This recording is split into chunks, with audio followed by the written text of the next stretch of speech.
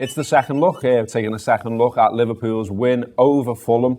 It's me, hungover, Gareth Roberts. I've got Paul Cope with me and Neil Jones. Thanks for the boys who bought me ale yesterday. Cheers.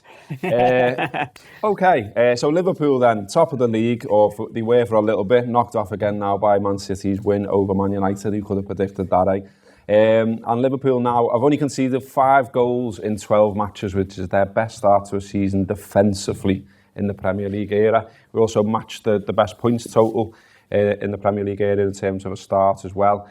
But yeah, the Groundhog Day conversation a little bit again then, or not, do you think? What do you think? I mean, I'm still hearing negativity in the Liverpool world. Yeah. But, you know, walking down to the studio, we were saying it was all right, that. Yeah, I think it was all right. I mean, there was that moment, wasn't it? The first goal is such a big thing in any game, and it was particularly big here because of the manner in which it arrived at Liverpool. Not many teams go from 1-0 down to 1-0 up in 15 seconds, and Liverpool did so. It was, I thought it was an average first half until that point, albeit Liverpool still created 2 or 3 pretty good chances, pretty good bits of play, and then get a little bit of luck. I mean, depends. It just depends on your mindset, doesn't it? That offside goal of Fulham score, because I've had people, a lot of them with 1878 and NSNO in their bios, saying to me, it's a mile onside, you know, it's a disgrace, this and that. Then I've had people with YNWA saying, no, it was, you know, his arm was offside, his shoulder was offside. I just see it as one of them that it's a marginal call that sometimes you can get away with, and sometimes you can get unlucky with. Liverpool had one not exactly the same, but similar at Arsenal. They didn't get away with. They got away with that one because another referee, another assistant doesn't give it as offside. But from there on, as I think as Klopp said, it was a pretty clinical reaction, wasn't it? And I particularly liked that goal. In fact, it's probably one of my favourite goals Liverpool have scored this season, because it was ruthless, and it was proper Liverpool, if you like, what we've become to associate, proper Salah as well. Yeah, it was a good finish, wasn't it? Copey, in terms of the stats then, we always do them, so let's do them. 73% can't speak today. Just hangover. Wonder why. 73% possession for Liverpool, 21 shots to Fulham's 8, 7 on target to Fulham's 3. What else do you want to know? 6 corners to their 3. 4 big chances for Liverpool, 1 for Fulham, which I'm guessing is the Sessegnon one. Now, you like to question the stats, don't you? So are you questioning them this time, or do you think that's a pretty presentable picture of how it was? It's probably a fairly reasonable representation, as we were saying just before we started filming, and Neil said that one of the big stats is the disallowed goal doesn't show on a stat. I said the Sessegnon one doesn't show as a shot on target. So you can get too hung. I think this does happen. People get hung up on individual stats amongst things, and if you chat to anyone sort of behind the scenes in footy, they're not operating on those 10 stats that are just picked out by the TV companies. They're not the most important ones a lot of the time. But generally speaking, it's mad that there is still like a huge amount of negativity bouncing around, because it's what I don't really get, especially with the City comparison, is, and even on this show we're sort of covering both sides of it, but everyone's talking about Man City, possibly fair enough, being the greatest ever side to grace the Premier League. We'll never see the likes of this ever again. They're incredible. They're going to get 100 points, blah, blah. We're only 2 points behind them, and we're going into the middle of November, and we're shite, apparently. I don't really see how that adds up. Like, if they are the greatest team that's ever graced the Premier League, well, we're just a little bit behind them. Well, going into this stage, 90 plus points at the moment. Exactly. Which no team's ever got 90 and not won the Premier League. Oh, well, and we've said this before, but that would make it the greatest ever Liverpool team as well in the league. Whether you win the league or not, no Liverpool team has ever done that, has it? Ever. I think we got 91 in 87, 88, but it's 40 games then. There you go. So it's in a 38 game season. Yeah. So I'm not sure why there's a huge amount of negativity. Weirdly, and everyone might say this is just nonsense, I was sitting watching the City United game, and I just suddenly thought, I think we might win the league, you know, because for all of the hyperbole about City, United are awful. Yeah. City are at full pelt here. This is the best City play. No one keeps that up all season. And we're only 2 behind them. And we've been sort of stuttering along. we know there's so much more to come from this team. There's so much more to come on a team basis, but also on an individual basis. The likes of Naby Keita, we haven't really even seen him yet. What's he going to be like in the second half of the season? Fabinho easing his way in now will have more influence in the second half of the season. Even the likes of Xherdan Henderson, been in and out with injury. The front three, there's so much been discussed about that. Well, exactly. The other thing is City last season, the second half of the season in particular, they were able to look so much better because the league was over. So they weren't playing with that pressure. They were obviously playing with the pressure they put themselves under and what Guardiola puts them under. But they weren't playing with that pressure of, Liverpool won this morning. Now it's R5. Now we're at Crystal Palace all of a sudden, and we've got to, even if we're 1-0 up after 10 minutes, it's still going to be nervous. And they haven't had that. If Liverpool have got to stay with them, obviously that's the job. You look at City, have still got to go to Stamford Bridge.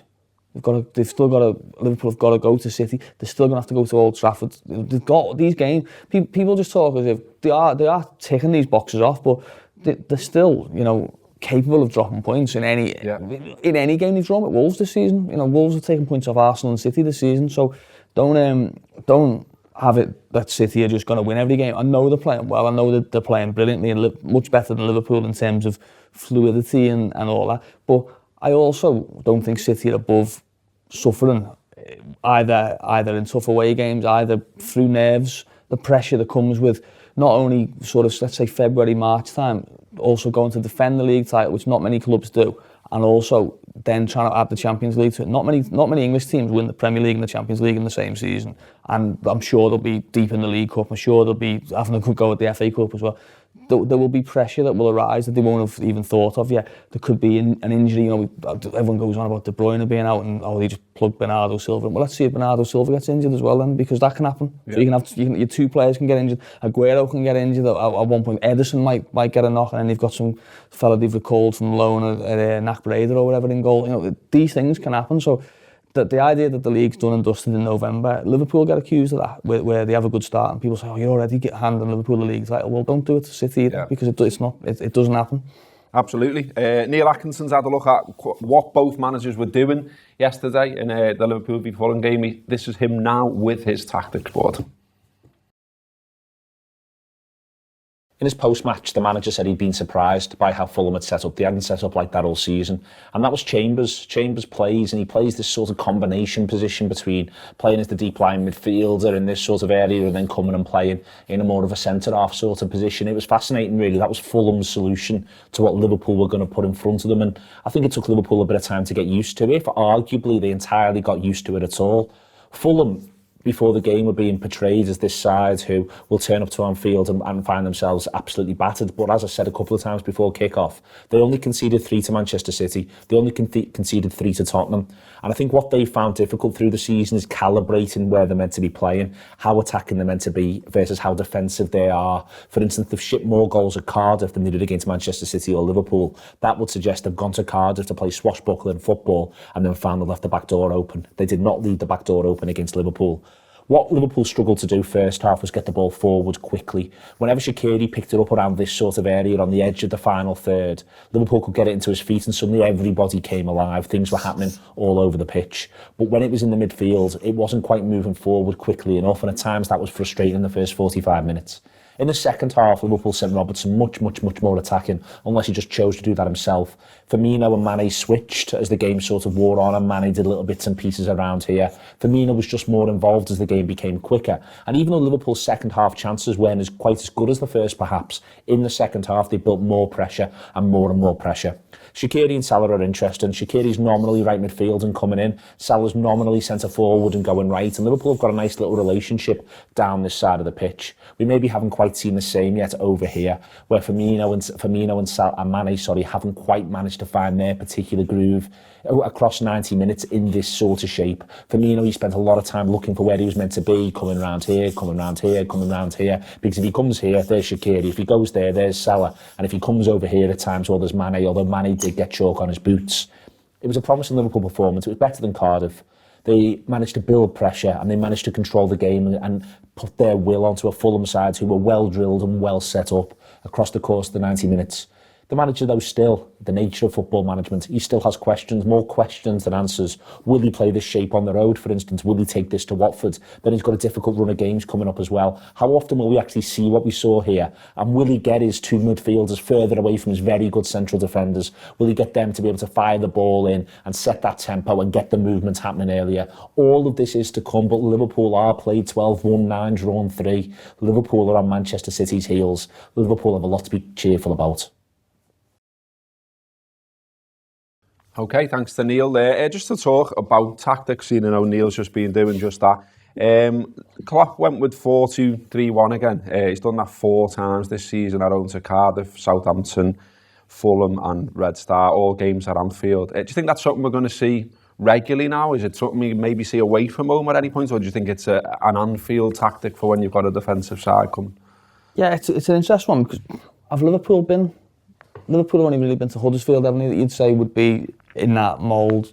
Recently, all their away games have tended to be quite difficult ones, so it's hard to gauge. I think it will be one. If you look at the way that they've recruited, so they've brought in Fabinho, who is Klopp's own admission is a double six, is what he likes to play. That was his birthday present, wasn't it, when he played against Red Star? I think it was at home. So he obviously knows that suits him best. So that suggests that if he's going to use Fabinho regularly, it'll be in that system, at least until he gets up to speed with all the other things. He did all right yesterday. He did all right. I mean, he's still, you can see what he needs to improve, and you know, you can see the parts of the game or the reasons why Klopp probably hasn't played him in certain games. Certainly, I mean, I wouldn't have wanted him with Manchester City at Anfield, particularly, you know, albeit, you know, he's a good tackler and he's a good this. I wouldn't want him with movement around them in those sort of areas. David Silva, I think, would have enjoyed that. But in terms of the 4-2-3-1, I think the form of the front three and also the form of Shaqiri has sort of made that a bit more of a viable option early on in the season, because Shaqiri's playing really well, adding a little dimension that probably Liverpool haven't got, and that is the passing. I always say about Messi, and I don't want to compare Shaqiri to Messi at all, but I always say about Messi is, people going about, he gets this many goals and he does this and these dribbles. It's not. It's the way he opens the game up with passing. So he cuts in on his left foot and Jordi Alba goes down the wing, or whoever goes, Suarez goes into it. And teams either don't mark it and he plays the pass, or they do mark it and then he just does.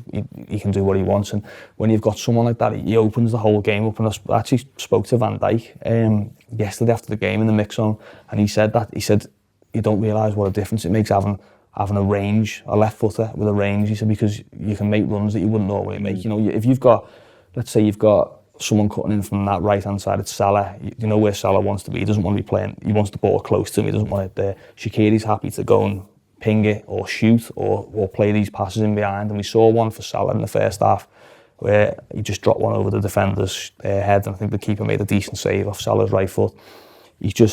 He's brought that in. And the other thing I think I've seen from Liverpool, and I know Goal did a sort of a 5 tactical points you may have missed from the weekend, and one of them was Liverpool's diagonals. So many of them, I must have played far more long balls this season than they have at any time last. But they're accurate passes. So Van Dijk's pinging it out to Trent, or Trent's pinging it out to Robertson. I think it's to get at defences quicker before they're settled, rather than just doing that side to side build up play. Liverpool are trying to spread the play and take it further, and I think Shaqiri helps, and I think also the tactical element helps as well. Yeah, it's 2 goals and 3 assists in his last 6 now for Shaqiri, and he's making it harder and harder for Klopp to leave him out now, isn't he?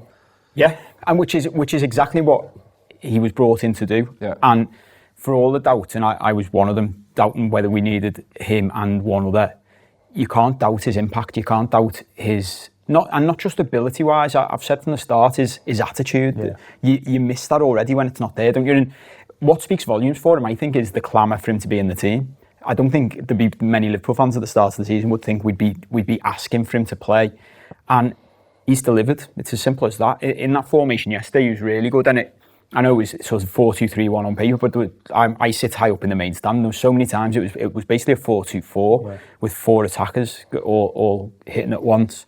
And that, I mean, the goal he scored, I haven't seen too much sort of fallout from the match, but that's an incredible finish. Yeah, and I think it's a finish of someone who thinks they're offside and just goes, I'll put that in. Absolutely. You know, pressure's off, and you mentioned Messi, that's the type of goal, it's a bit of a cliche now, isn't it? Messi scores it, everyone bangs on about it.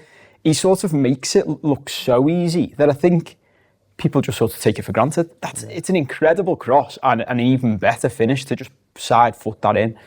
So yeah, I'm not the first person to say we've missed that from sort of a midfielder attacking, breaking the lines, doing what Neil's talking about. And I mean, for me, he doesn't come out the team if he can stay fit until anybody else is ready to challenge him and do what he can do.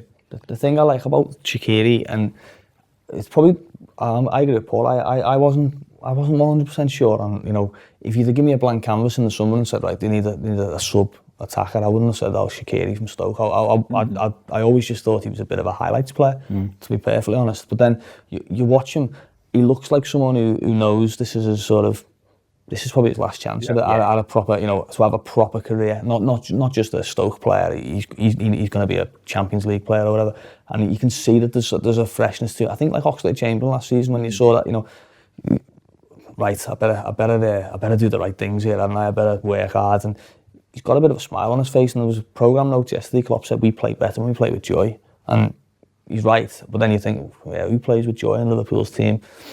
All the questions about Salah early in the season and not smiling, but I think, yeah, but Shaqiri is someone who I think when he's at his best, he does play with that sort of freedom and happiness that makes a difference. And he backs himself, doesn't he? Yeah. I mean, I love that celebration where he just stands there and goes, boss me, aren't I? You know, that's how it should be. Don't want to sort of give too much away, but we spoke to Shaqiri after the game, and it was quite an interesting bit where there's 4 or 5 of us around him, and asking, you know, the usual questions about how he settled in and you're enjoying this. And someone said, what's it like to play with Mane and Salah? It must be great. And he just looked, he went, I've played with Ribery and Robin.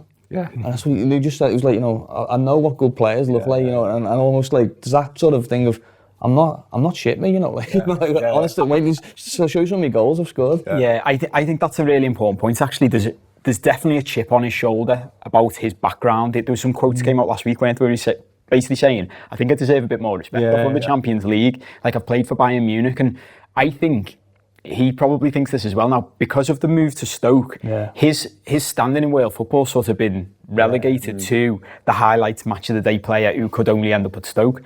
And you can sort of see that in him, that there's this chip on his shoulder where he's like, I'll prove you're all wrong, I'll prove I'm good enough. World Cups and European Championships. Exactly. Well, it's like when he scored that overhead kick in pre-season and everyone was going mad about it, and he was just like, I've scored loads of them. Gibbo asked him about that in the mix zone, and he was just like, I've scored loads of good goals. Yeah. And it was just like, sound. Love this fella, he's great. The man who teed up his goal, Andy Robertson, just wanted to give him a shout because thought he was probably man of the match. In terms of his stats, it's his 5th assist of the season, the top assist maker in the side. But in terms of interceptions, tackles, duels won, accurate passing, all those figures are great. He's right up there for anyone on the pitch yesterday. And it's fantastic, I think, as Liverpool fans to finally have a left back, isn't it, that we're all like. There's no gripes about him. His first name on the team sheet. He's probably the best one we've had in a long time, isn't it? Yeah, absolutely, and fit and reliable as well. Not just not Fabio Aurelio, who's in for a week and out for 2. You know, he's always there. Got a great level of consistency since he's got into the side. Really good.